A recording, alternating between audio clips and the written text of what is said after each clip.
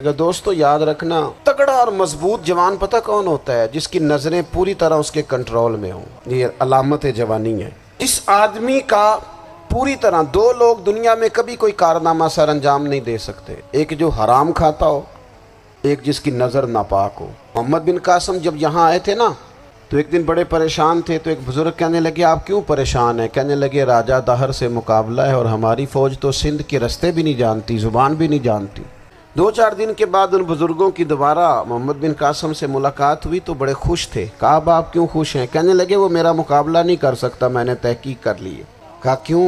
کہنے لگے نظر کا گندہ ہے، اور جو نظر کے گندے ہوتے ہیں وہ میدانوں میں ٹھہرا نہیں کرتے۔ میدان کے لیے نکلنے کے لیے پاک جوانی کی ضرورت ہوتی، تطہیر مزاج ہونا ضروری ہوتا ہے، پاکیزہ افکار اور سچی اور سچی ستھری سوچوں کا ہونا ضروری ہوتا ہے۔ فرمایا کہ میرا مقابلہ نہیں کر سکتا۔ حضرت عبداللہ ابن حذافہ کمرے میں تھے تو وزیر کی بیٹی اندر سجی سنوری پہنچ گئی۔ جیسے ہی آپ نے اس کفر کی چال کو دیکھا تو تیمم کر کے نفل شروع کیے۔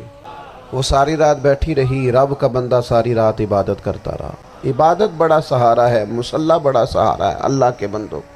صبح دروازہ کھولا، وزیر نے اپنی بچی سے پوچھنا چاہتا تھا رزلٹ کیا نکلا، تو وہ کہنے لگی پیچھے ہٹ جا، اب تیرا میرا تعلق کوئی نہیں، میں نے نبی پاک کا کلمہ پڑھ لیا۔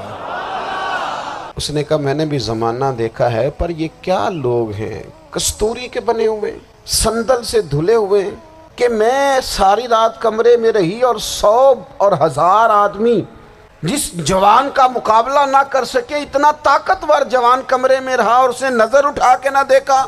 او کچا رنگ للاری والا جڑا چڑھدا تے لیندا رہندا ہے، اے عشق تیرے دا رنگ محمد چڑھیا پھر نہیں لیندا۔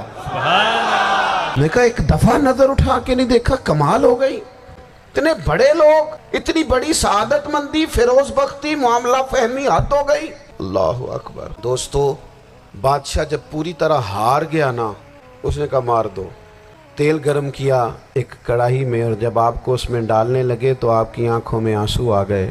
بادشاہ کا خیال ہوا شاید نرم ہو گئے ہیں، کہنے لگا روئے کیوں؟ فرمانے لگے سوچتا ہوں جان ہی ایک ہے، کتنا مزہ ہے اس کی راہ میں جان دینے کا، اتنی لذت ہے اس کے نام پر مرنے میں، اتنا لطف ہے۔ جے تو چڑھیا اتے دار بھی نہیں تے جے تو وکیا عشق بازار بھی نہیں، تے ایڈا سستا سودا پیار بھی نہیں، ایڈا سستا لبدا یار بھی نہیں۔ کئی جنگل گانے پیندے نہیں، کئی دوزخ لنگنے پیندے نہیں، جے او اس ملوں بھی مل جاوے ایدوں سستا ہور بپار بھی نہیں۔ تے کچھ سمجھ نہ آوے لوکاں نوں وہ کادے نال شہید کرے، ڈٹھی یار دے ہاتھ تلوار بھی نہیں، پر او دا خالی جاندہ وار بھی نہیں۔ کہنے لگے ایک جان ہے نا، تو دل کرتا ہے ہزاروں ہوتی تو ایک ایک کر کے محبوب کے نام پہ قربان کرتا، جب میرے پاس ہے ہی ایک، کروں کیا؟ حضرت عبداللہ ابن حذافہ رضی اللہ تعالیٰ عنہ جب روئے اور بادشاہ نے یہ بات سنی تو بادشاہ اٹھ کے کھڑا ہو گیا، سارے وزیروں مشیروں کو کہنے لگا تم نے کہا تھا نا بندہ ضائع کرنے والا نہیں، یہ بھی ضائع کرنے والا نہیں۔ کہنے لگا میرا ماتھا چومو، تم جیسے لوگوں کو قتل نہیں کرنا چاہیے، آزاد کرنا چاہیے۔ عزیز اپنی زندگی سے نا یہ بہت زیادہ ہرس، ہوس، طمع، اور یہ کسی بات کی بھی ہو، ہرس صرف پیسوں کی نہیں ہوتی، شہرت کی بھی ہوتی ہے، یہ بیماری انسان کو اقتدار کی بھی ہوتی ہے، تعریف کی بھی بیماری ہوتی ہے، سارے نقص ہوتے ہیں لوگوں کو، اور معاذ اللہ بعض جبوں کبوں کے اندر بھی ہوتے ہیں، وہاں بھی پنپتے ہیں۔ اپنی زندگی جب تک اس سادگی میں نہیں لاؤ گے جو رسول پاک نے عطا فرمائی ہے، جب لوگ آسانیوں میں پوری طرح الجھ گئے تو پھر وہ دور ہوئے اور کفر چڑھ گیا۔ دوسری بات، اللہ کے محبوب صلی اللہ تعالی علیہ وسلم کی محبت ہم سے تقاضا کرتی ہے کہ ہم اس مشن کے لیے کام کریں جس مشن کے لیے رسول پاک نے کام فرمایا ہے۔ ہم سارے کام بڑے مضبوطی سے، سوچ سمجھ کے، تدبر سے، حکمت سے، تقاضوں کو مد نظر رکھتے ہوئے کرتے ہیں سارے کام۔ دین کے کام میں ہمارا مزاج نہیں ہوتا، او ہو جائے گا جی، آپ بسم اللہ پڑھیں جی، شروع کریں جی۔ آپ تقاضوں کو سمجھیں، چیزوں کو دبائیں نہیں، چیزوں پر غور کریں۔ کسی کے ذہن کی سطح پر سوال ابھرتا ہے، اس کا تسلی بخش جواب دیں۔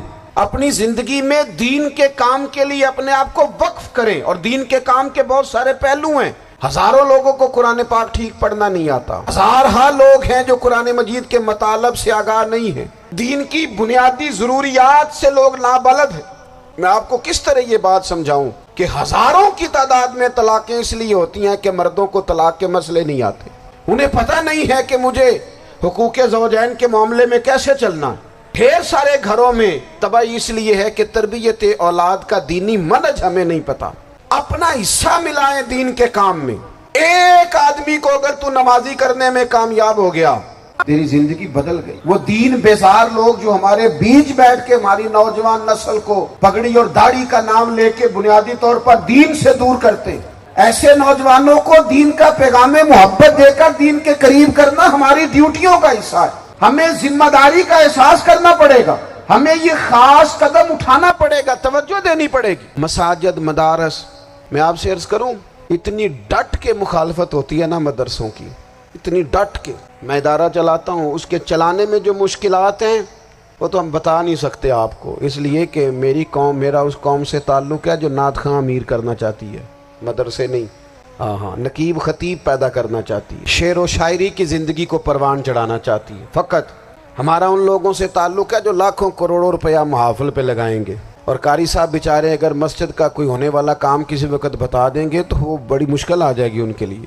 یہ کیسے ہو سکتا ہے، آپ نے یہ ڈیوٹی بتا دی؟ مدارس، اور جتنا اہم رول دین کو پھیلانے میں مدارس اسلامیہ کا ہے، اتنی زبردست، لوگوں کا خیال ہوتا ہے میری طرح کے لوگ شاید کام کرتے ہیں، ڈیوٹی کرتے ہیں۔ یہ 10-15 لوگ آپ کو نظر آتے ہیں جو آپ کو کہیں میڈیا پر یا ادھر ادھر ڈیوٹی کرتے، مخلص لوگ اپنی جگہ پہ، وہ بھی بڑا ہی کام کر رہے ہیں، جو میڈیا پہ آ کے بھی اخلاص سے اور درد دل سے کو دین کی، ان کی بھی کسی بات کی حوصلہ شکنی نہیں، لیکن ہزارہا اساتذہ جو مدارس میں بیٹھ کے پڑھاتے ہیں، جنہوں نے وہ سارے لوگ تیار، آپ سمجھ نہیں سکتے کتنا بڑا کام۔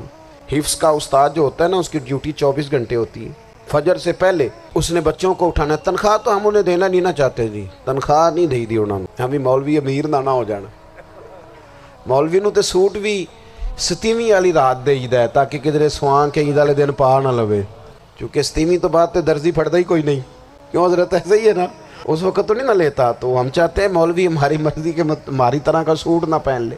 مدارس کی مضبوطی، آپ یہ دیکھ لیں، یہ صلاح الدین ایوبی کا تعلق بھلا کس چیز سے تھا؟